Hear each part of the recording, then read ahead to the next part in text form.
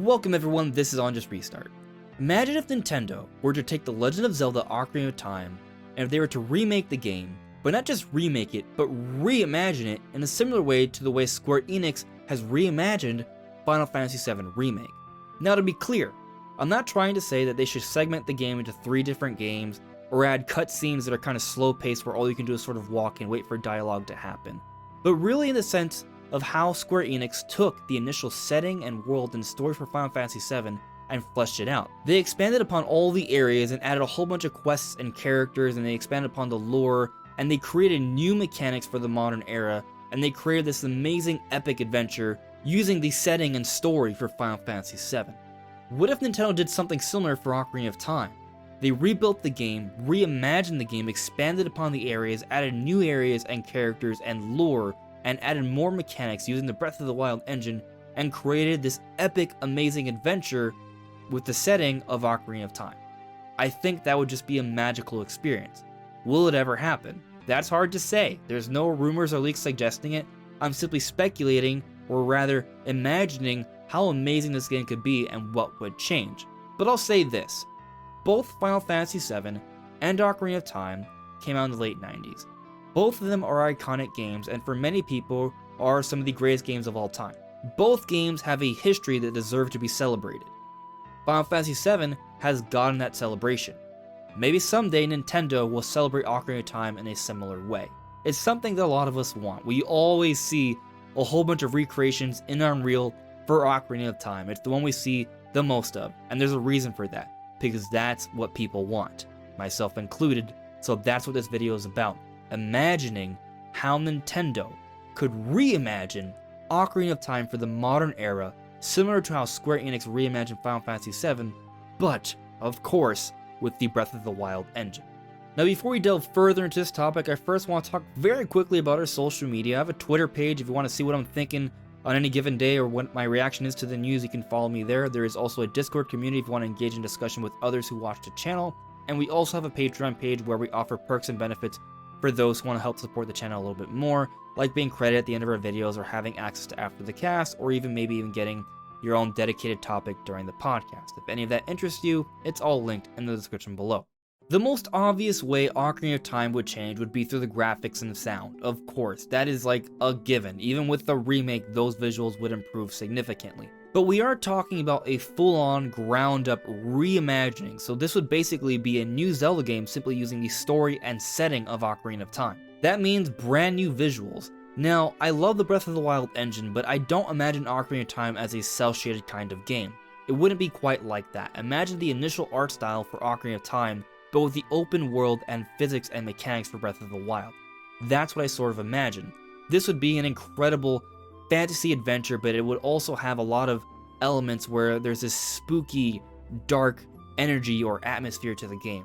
It was a sort of magic that only Ocarina of Time could really pull off. Majora's Mask had its own, even darker feel, but we've never gotten a game that quite matches the atmosphere for Ocarina of Time. It would just be absolutely divine if Nintendo could find a way to reimagine that, get that feel, but have it in a whole open world game like the size of Breath of the Wild with the mechanics as well.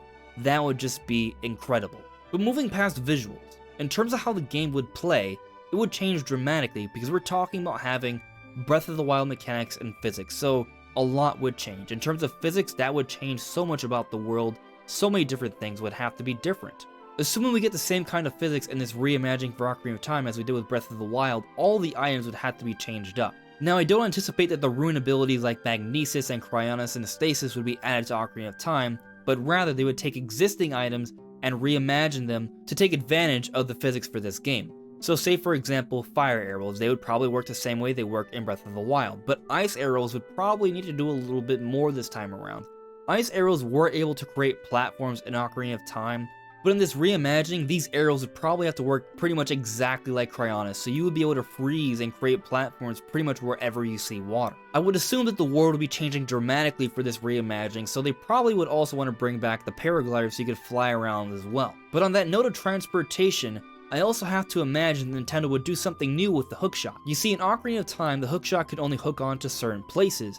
In this reimagining, I think it probably would be able to hook on to pretty much everywhere, which would grant you the ability to pretty much go everywhere very quickly. Imagine being able to zip around from one surface to another like crazy. It would be super cool and super fast. It would be a grand improvement over what we can do already in Breath of the Wild, and I think that would be really cool. As the game progresses, I think you would eventually get the long shot so you could reach even further areas, and maybe they continue to develop that throughout the game. That would be something that would be very exciting to see. Another item I could sort of envision them doing something crazy with would be the Megaton Hammer. In this new version of Ocarina of Time, I bet they would be able to make a more destructible environment, so this hammer would cause so much destruction to the environment, and with that you could do so much more. Maybe even there'd be a lot of physics where, let's say for example, something is on some sort of plank and you hit one side of it, which would cause some sort of bokoblin to go flying from the other. Things of that nature I think would be possible with a Megaton Hammer and this reimagining. Like in Breath of the Wild, I believe the world will be redesigned so you can take advantage of it during combat. Break down trees, break down boulders, or create holes, or blow people up, or do all sorts of things to build an advantage for yourself during combat. And on the note of combat, I am thinking that a lot of the enemies will be changed up with different sort of combat styles. A lot of them would be hoping weapons that can drop and you can use, just like in Breath of the Wild. But I also think the actual swordplay mechanic would change as well. With Ocarina of Time, the combat with the swordplay and the Z targeting was sort of envisioned after developers saw dramatizations of ninjas and samurais fighting each other. I think that core idea of how the fighting system should work should stick around because that's how all Zelda games have worked, and that's how most action-adventure games still work. But there have been a lot of advancements to the combat system throughout the different Zelda games.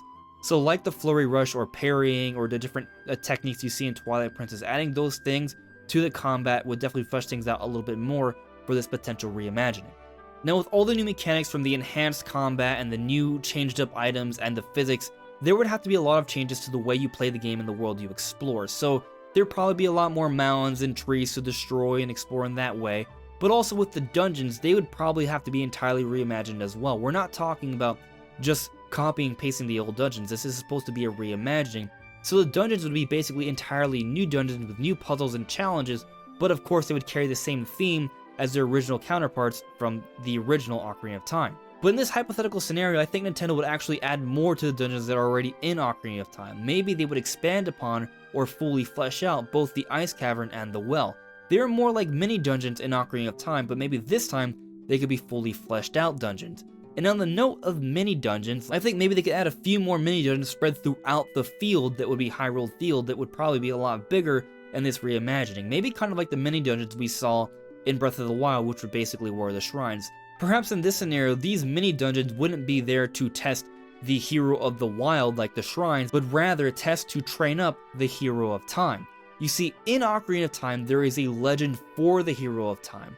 So it would actually be really cool to see them flesh out that idea of how there was already an existing legend for the hero of time, and maybe there could be these different mini dungeons sort of talking about that, which would also add even more gameplay and more things to do in Hyrule Field. But on top of all that, I also think that if they do go ahead and do this someday, they need to add a Light Temple dungeon. Rauru the Sage of Light just gives you the medallion. You don't have to do any sort of dungeon to earn it. So it would be amazing if this time around there was actually a Light Temple dungeon, kind of like what we saw in Twilight Princess. Moving past dungeons though, I think they should also flesh out the world. There should be new areas and towns to explore. Maybe they do something about the northeastern part of Hyrule. There wasn't really anything there in the original Ocarina of Time. Maybe they could add some snowy, icy mountains like we've seen in other Zelda games like Breath of the Wild. I don't know if they could put the Rito there because during the time of Ocarina of Time, they weren't supposed to exist supposedly, so maybe not them, or if they are there, maybe they somehow explain it, or maybe explain how they became Rito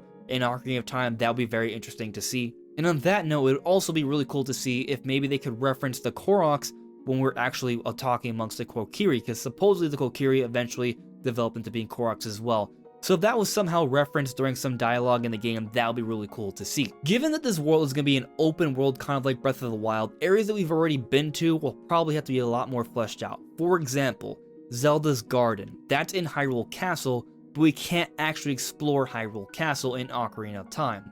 So this time around, maybe they could actually allow us to explore it. But if we're going to explore it, there would have to be some sort of content added there. So maybe they change around the story a little bit. Maybe when you finally meet up with Zelda, she tells you the whole plan, but you get caught. And in order to be able to meet Zelda again, you actually have to prove yourself to the king and eventually build yourself up into being a knight so you could serve under Zelda.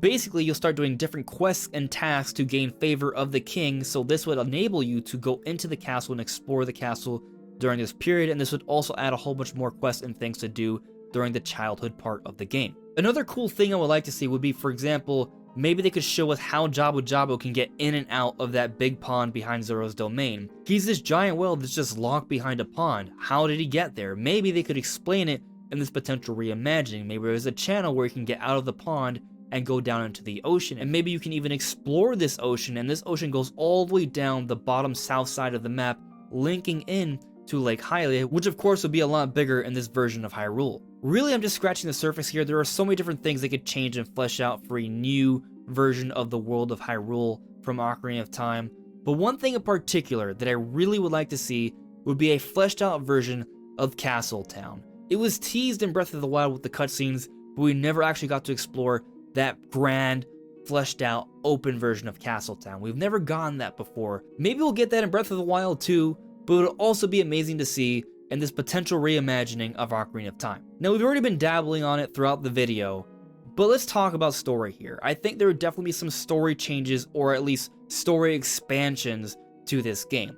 So, obviously the core story should still be there, but different things that you can do throughout the game should be added. I already talked about how maybe they could add quests to sort of gain knighthood so you can gain favor for the king, so you can have visitation of Zelda and you can work with her. But what if there were quests to help you delve further into lore for the different areas in the game? For example, Volvagia, the fire dragon that torments the Gorons. What if they had some sort of quest where you learn more about the history of Volvagia and how it became this evil dragon? Or maybe they could talk about how Volvagia may be linked to being one of the guardians like Jabu Jabu and the Deku Tree, and how he went bad. Another story element that I would love for the Zelda team to answer would be in terms of the whereabouts of where Zelda and Impa are. Where did they go when Ganondorf was chasing them once you had collected all 3 sacred stones? Where did Zelda and Impa escape to? What was the training like? Where were they in the world for Hyrule? You can't exactly find them once this happens. Where did they go? In this version of Ocarina of Time's Hyrule, there'll be a lot more areas and towns to explore.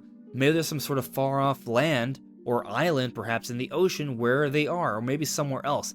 That'll be really fun to explore if they were to sort of talk about that. Personally, growing up, I always just wondered where Zelda and Impa went, so if they answer that finally, that would be awesome. There's all sorts of questions I have about the story for Ocarina of Time. I could go forever, but I'll just talk about a couple more.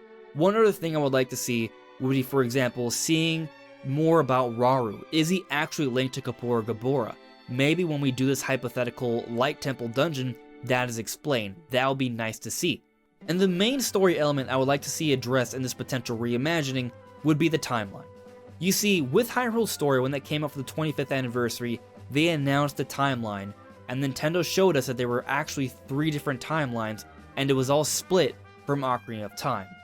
2 of the 3 timelines most people understood. There was a childhood timeline where Link was sort of in at the beginning of Ocarina of Time, but then he goes into the future and he's jumping between the future and the past throughout the game, so those 2 make sense. However, there's a 3rd timeline that supposedly happened because Link lost to Ganon.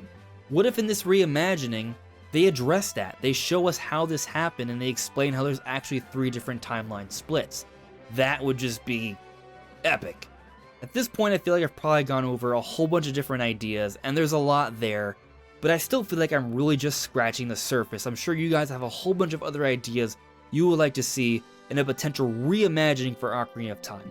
Will it happen? I think maybe someday because of how special the game is, but I don't know how far off this is. I think this is just a cool idea to sort of talk about and imagine, because what if? It would be really cool. So let me know what you guys think in the comments below. I would love to hear it. Anyways, everyone, thank you so much for listening and watching. This is On Just Restart. I'll see you all really soon. Take care.